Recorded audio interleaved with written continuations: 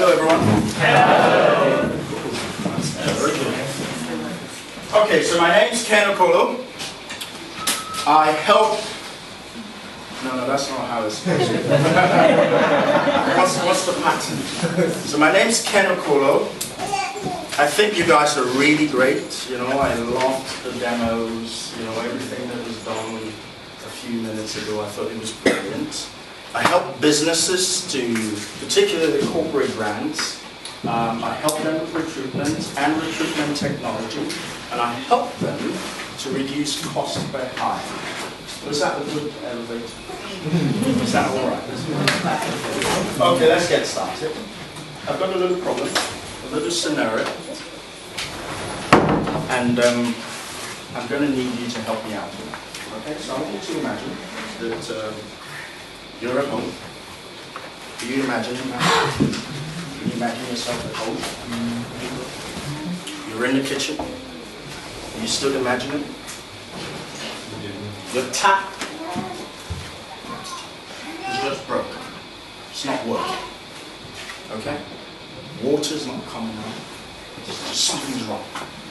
So you've now decided to call a plumber to come and look at it.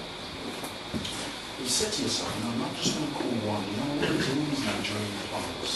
So I'm going to get two and see who's really good. Okay? So two plumbers come. The first one comes. And he walks into your home. And you look at him. He's all well dressed. His tools are looking very clean. In fact, they're still in the wrapper. None of it has been taken out. You think, wow, that's a really good plumber. Then the other one comes. It's really dirty. You know, there's lots of mold. His tools are rusty. Right? Boots, dirty, he's even stained the roll. So let me ask you. Which of these two individuals would you feel more comfortable hiring to fix your tap? Over to you now. Second guy. Okay, let's put a bit of order into this. So let's start with the sexy, the one that makes me To be honest with you, in this situation, I might say the dirty plumber, because plumbing is something you're gonna get down and dirty with. So I know he's actually doing his job. But the guy clean, wrapped up, he might have just bought it. But in any other business, yeah, that's clean cut. Okay, so what we're saying here is the second guy, because he's dirty. We like him because he's dirty. Right? Oh, that's good. Anybody else that thinks the same way or has a contrary opinion? His tools have been used. That's very important. And what does that tell us? The fact that his tools have been used. He has experience. But that's not even the point that we're trying to make. Let me tell you the point that we're trying to make. His tools have been used. He is experienced. Do you know why? Because he's been kept busy. He has. Do you think it would be safe to assume that he has lots of clients? Yeah. Safe assumption? Yeah. Something tells me that everyone here wants to be in that situation. You want to be dirty. In other words, you want to have lots and lots of clients. Is anybody here that doesn't want to have clients? I'm just good with one. So you get the idea, is that because he has lots and lots of clients, he's kept busy, and that builds his experience. And when he walks in, it doesn't take, you don't need much before you decide that, you know what, I'm going to go with him. And then you tell the guy with all clean tools, let's do it another time. Come back a year later. When your tools are dirty, come back. Right? Okay. The big question for every small business every freelancer is how do I get lots and lots and lots of clients? When do I get to this situation where a client calls me up and I say to them, I'm really sorry, I'm so busy, I won't be able to do this job. That's a brilliant situation, isn't it? It's not. You get the idea. Of course, they're not going to chase him away. You probably say, I tell you what, I know someone else that could do a really, really good job for you. And you probably go and meet that person and say that you have 20% of your habit.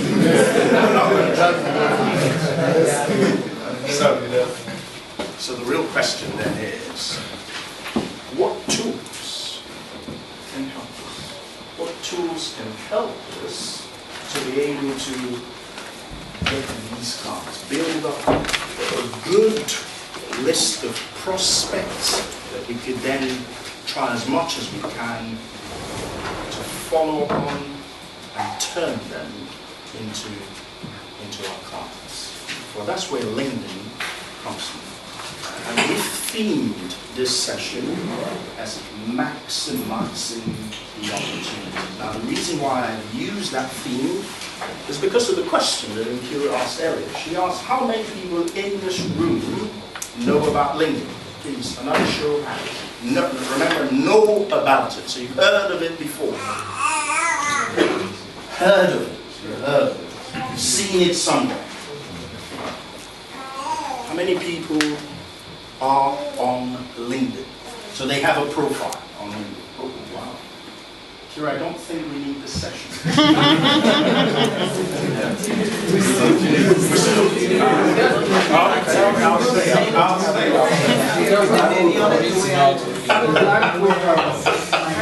Okay. How many people here use LinkedIn regularly? That's the question. Regularly, you logged in this morning before you came. That's how important it is to you. Yesterday?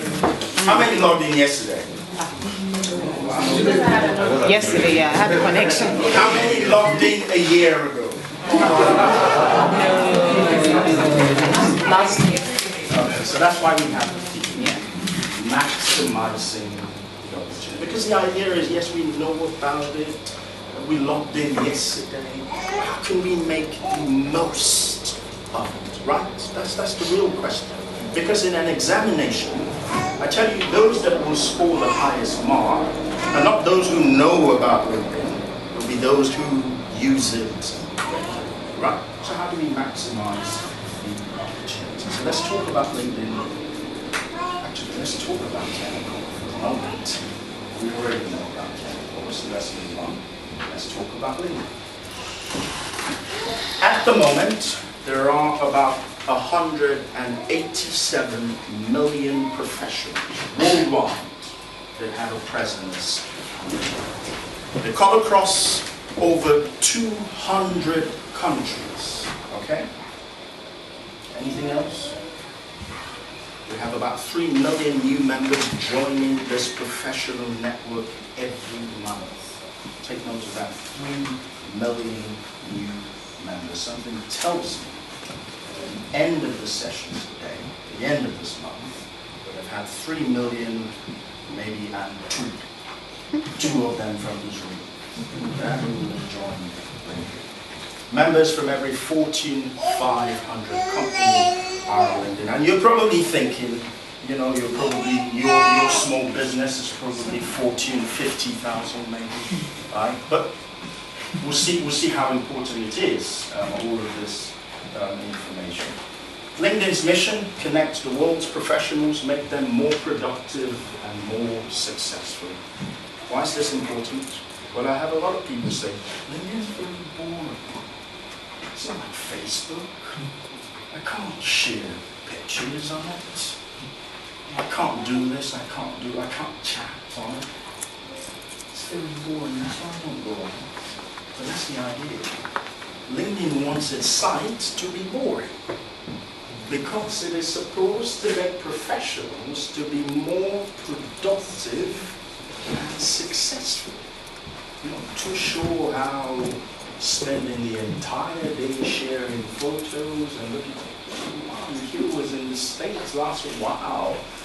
I'm not too sure how that information might help you to be more productive and more successful. Does that make sense? Yeah. So everything that you find on LinkedIn, all its applications, is designed to help you to be more productive and successful at what you do.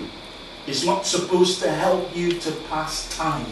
That's not the idea behind it. All right, so very important to keep that mission in mind. Today's agenda, well, it does say 5, but we're going to be looking at the first 3. Be smart on LinkedIn, be found, be top of mind. We're going to concentrate on those 3. But just before we go there, right, let's do this. There's a big question that everyone, I'm sure that's a question everyone's asking here, is what can I do specifically on LinkedIn? What can I do on it?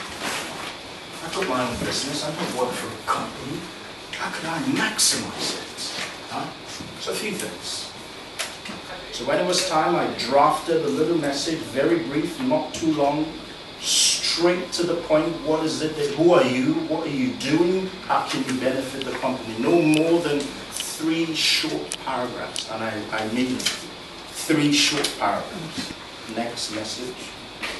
You get the idea.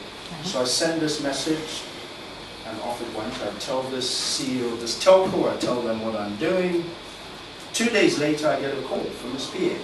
Hello, my name's Okolo, and we saw your message that you sent to our CEO. We'd like for you to come over and talk to our head of HR. You get the idea of what's just happened. I could have gone to HR directly, and they would say, nope. But now the CEO says, listen to this guy. They have no choice but to listen to him. So it's now left for me to do. I don't say, oh, because CEO has said you should listen to me, I now go there short, ill prepared. I give it a good shot. Alright? Cut a long story short, 1 year later, they are a client. Do you get what's happening? Yeah. You see what's, would you call that a form of networking? But this is a form of networking, not physical. Alright? We're doing it how? Online. It's virtual, in a sense. The individual I sent this message to, I'm not even sure he had. He never even replied my message. Do you get the idea? It was, and there are tons and tons of experiences that I could tell you on LinkedIn. But you get the point. This is how LinkedIn helps you as an individual to search for new leads. Okay? So, number 1, to search for leads.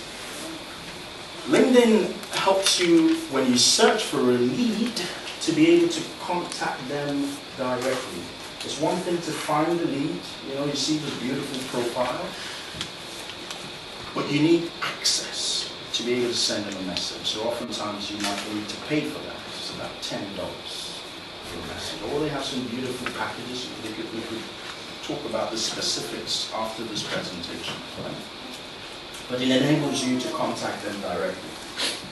But I'd like you to just for a moment think like a CEO. Think like someone that you're about to sell to. Okay? So he gets your message, beautifully crafted. He likes your product or your service. I like this. He's a photographer. He likes visual. There's a way he'll frame something. Visual artist and uses photography. I like this. This is beautiful. Look at what every shrewd businessman or owner of a business is thinking. Why should I engage with Dale? Why should I? Why? That's what he's thinking. I mean, how am I sure that what she just told me now is even true? How do I know? You see, there's a credibility issue, right? So you need to answer that question for him. When you send people a message on LinkedIn, they have the ability to then click on that name and quickly view your profile. Does that make sense? They quickly do what? View your profile. Promote you as a businessman, and that serves your business interest. Does that make any sense? Yeah. This is me thinking. I'm forced to think like a businessman, because I believe that people that are sitting here with me are here to do business. That's my advice. My personal take might be very different from someone else. Right? Okay. I think I have a different view now. Please go ahead. It's exactly different. Okay. And I want to build on what you said. If the customer had called and said, come and give me a presentation, I want to buy bedroom fittings or toilet fittings for my new house, you could come all dressed up in the suit and the tie and high shoes, with your laptop or your iPad to make a presentation. When he called and said my tap is broken, naturally you should go with your work clothes. You know, my kind of business, I work in a factory. You know, sometimes I'm all dressed up, making presentations and everything, I'm looking good. But on a good day, when I'm doing market at a factory, I get really dirty. I'm wearing trekkers and shorts and dirty t-shirts. That's not one of my best days. So the customer calls me at that point, and then I will get dressed. You know, so it depends on the situation and the scenario. Makes sense, Dale. Thank you very much. Sorry, the name? Ademi. Thank you very much. Excellent. Dale, does that make sense? Are you sure? To an extent, there's still a bit more that needs to... Because there's a trust between her description and what you're trying to. Because what I'm saying is, look presentable on your job. Even though you are a plumber, you don't have to look dirty. You can look decent and not dirty at the end of the day. In fact, I think at the end of the day, a plumber should have its sanitizer there so that when he finishes the job, he can clean up his hand. And so that's it. To me, appearance matters. Wherever, in whatever business, in whatever profession we find ourselves. Beautiful point, and I agree with you. Again, okay? I do not differ at all. Please go ahead. I just want to add what Ade said. Personally, I think it depends. Personally, I think it depends on location. I'm a photographer. Now, the client calls me, okay, I want you to shoot my wedding. At the first instance, I'm looking to discuss the brief. There's a way I appear, but you don't expect me to be in an event to cover a wedding and in my suit, and I won't feel comfortable as a photographer to go through areas and everything. I think it depends on location. That's what I want to say. Similar again, I mean, we're all saying the same thing. They're just being nice. They've chosen not to use the word free. Alright, so they've just said basic. It's a basic package. Okay? As a business person, they have other. So there's the package for business professionals. There's that for executives. It usually ranges from about $50 to $100 to $500. So those are the three packages: $49, $99, $95, $99, and then $499. So it's a monthly package. And these packages give you different features. Right? I think for many of you, $50, $100, just perfect. LinkedIn doesn't, if you pay $50 this month, is not, you can cancel so that they don't bill your card next month. Yeah? So you use it for 1 month, you think, you know what, let me deal with the leads of this month. I won't do next month. The third month, I might just try my hands again on the other $50, so I might just move it to $100. Right? So that way it keeps it a bit flexible. And each of these the $50 comes with about 10 emails, so that's 10 opportunities to send 10 messages to 10 prospective clients. Right? But they're called response guaranteed. So it means that I have 10 messages, right, which costs $10 normally, but with this package it comes with 10 emails, right? When you send an email to me and I do not respond to you within 7 days, LinkedIn returns that email back to you. So you send an email, so that means you now have 9. But after 7 days, if you don't get a response from that individual, it comes back to you, so you now have 10 again. Very nice. Okay. Wow. Even if the person sends you the message on the 8th day, yeah, so you get that one back. Right? These packages also open up the functionality of project folders, so that you're able, if you try your LinkedIn as it is right now and try to create a new folder for CEOs, and it will not, you won't have that functionality until you have a premium account. So it comes with a number of features at that. I think what I'm going to do is I have to think about this one carefully. I will leave an email address, right? So that if you have any problems, any questions, you can contact me. Another thing that you might find, people might have problems with, how do I pay online? Some cards may not be accepted and those kind of things, right? So you could ask me those kind of questions and we might be able to sort of help you somehow. The Naira MasterCards, they're excellent. Right? Zenith GT, brilliant. You could use them. Yeah, I wanted to ask a question. Some of you here have multiple identities. You do this and you do that. You do this and you do that. I have the same issue. And I remember asking Ken, how do you deal with that on LinkedIn? How do you don't want to, if you appear in one identity, what happens to the rest of your identities? Is there an issue with saying I am a this/this/this/this/this? So I just thought maybe you could shed more light. Anybody have an answer to that question already? Yes. Think that we've touched it somehow? Can you have 2 accounts? It's a good question because people go on. Business person. I will explain why we can't at the moment, but please go. Yeah, on LinkedIn, I think there's a section there that you can add extra skills that you have. For instance, on my page, I listed some of my skills, but one thing I made sure was that I made sure those skills that I put there on my LinkedIn page, they were all related. Okay. Even though I could do some other things which are completely unrelated. For instance, I teach people how to dance the salsa. That is social for me, and I didn't include that.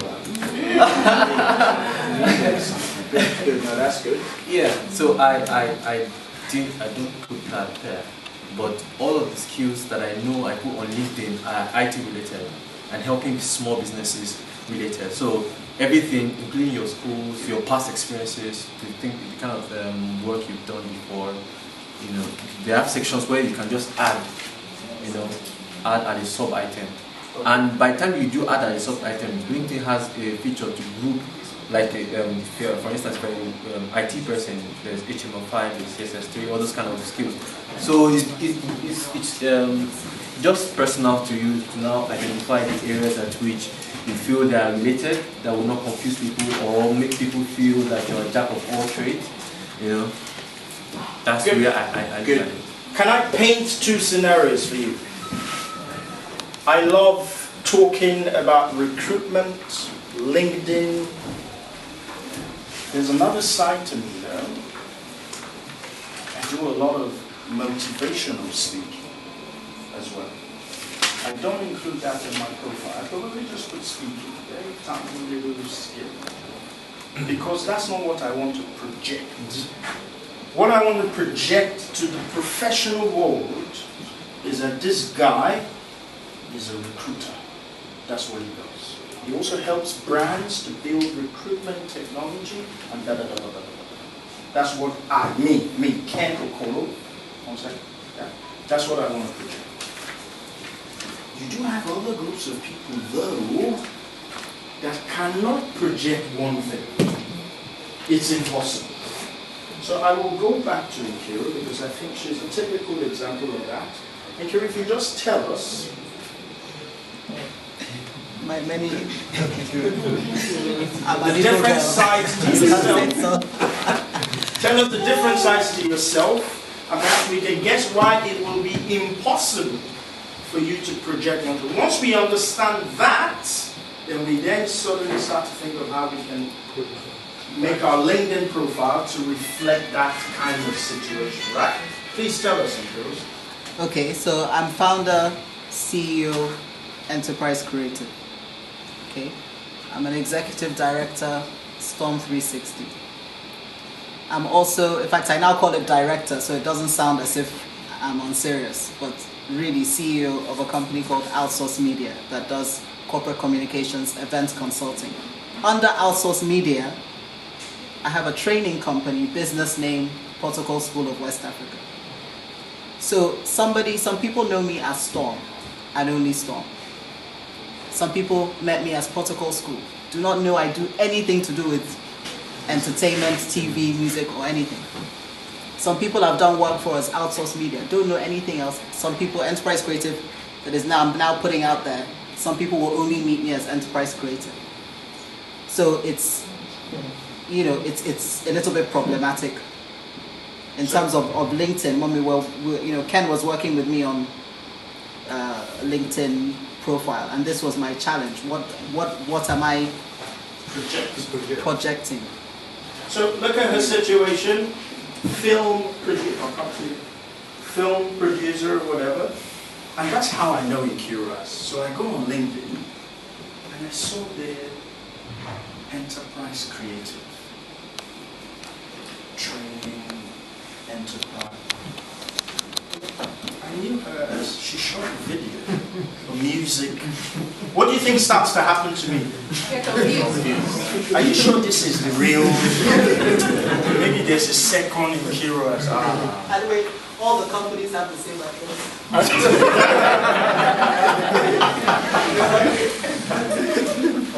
But how much better it is when I look at her LinkedIn profile and straight away the headline I see entrepreneur. or Storm 360 / Enterprise Creative da. Boom. So straight away I just see three things. Now look at what it prompts me to do. It now forces me. Okolo does this. Oh, wow. So it forces me to scroll down to look at the detail. What does she actually do? Oh, she does. Okay, she does this enterprise creative thing where they train. Wow. She also does. Wow. You see, it actually builds my appreciation. Do you get what I mean? But first, for these kind of individuals, I think it's important that the first thing people see is all of you. Make sense? My life is boring, but my job is exciting. LinkedIn is boring. And then you say, oh, it's boring, but share the exciting news.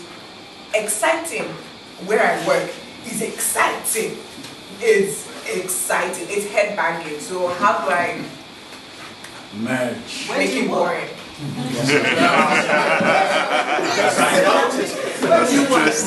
Tell us where I'm in the music industry. Music and entertainment. May I say something? Yes, please go. I think that by virtue of the fact that you're in that kind of industry, and which is what you're going to put on your LinkedIn anyway, people have that expectation, your followers and people who are linked to you and connected to you, they understand that you're not going to be like, oh, exciting new paper being launched, 2-ply toilet paper. They know that when you're sharing information about your industry that's supposed to be helpful to your followers, it might be, oh, exciting new music label coming in. If you're interested in, I don't know, whatever it is, then, follow this link or whatever. So they will know by virtue of what you've already put on LinkedIn that the kind of news you're sharing isn't basic toilet paper news. You're sharing headbanging news. No, but they'll appreciate it. when, the timeline, you see someone talking about who shares here and this here and that here, and then you put something so random. It's what you do right? Can I say something? It's very painful what I'm about to say, but let me say it. Are we ready for this? Yeah. We have, on the social media space, there are several, we could say there are several mediums. Abi? Facebook, Twitter. Abi?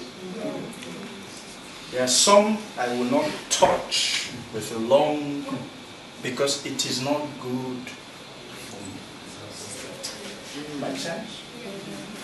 Yes, we're talking about LinkedIn. It doesn't mean that we're forcing all 6 billion people on the planet that they have to be on LinkedIn. It may be that you then focus your attention on other networks that can easily promote this kind of exciting stuff, and then maybe on LinkedIn you keep maybe the business profile and let the other meet. For instance, in Curious Brother, Stormfreeze, you expect to see, you go through his LinkedIn profile, you see the business side of him. That's what he has chosen to use that medium for. You go on his Facebook, you probably see that's what he has chosen to use that medium to project. Does that make sense? Yeah. That's my answer to that question.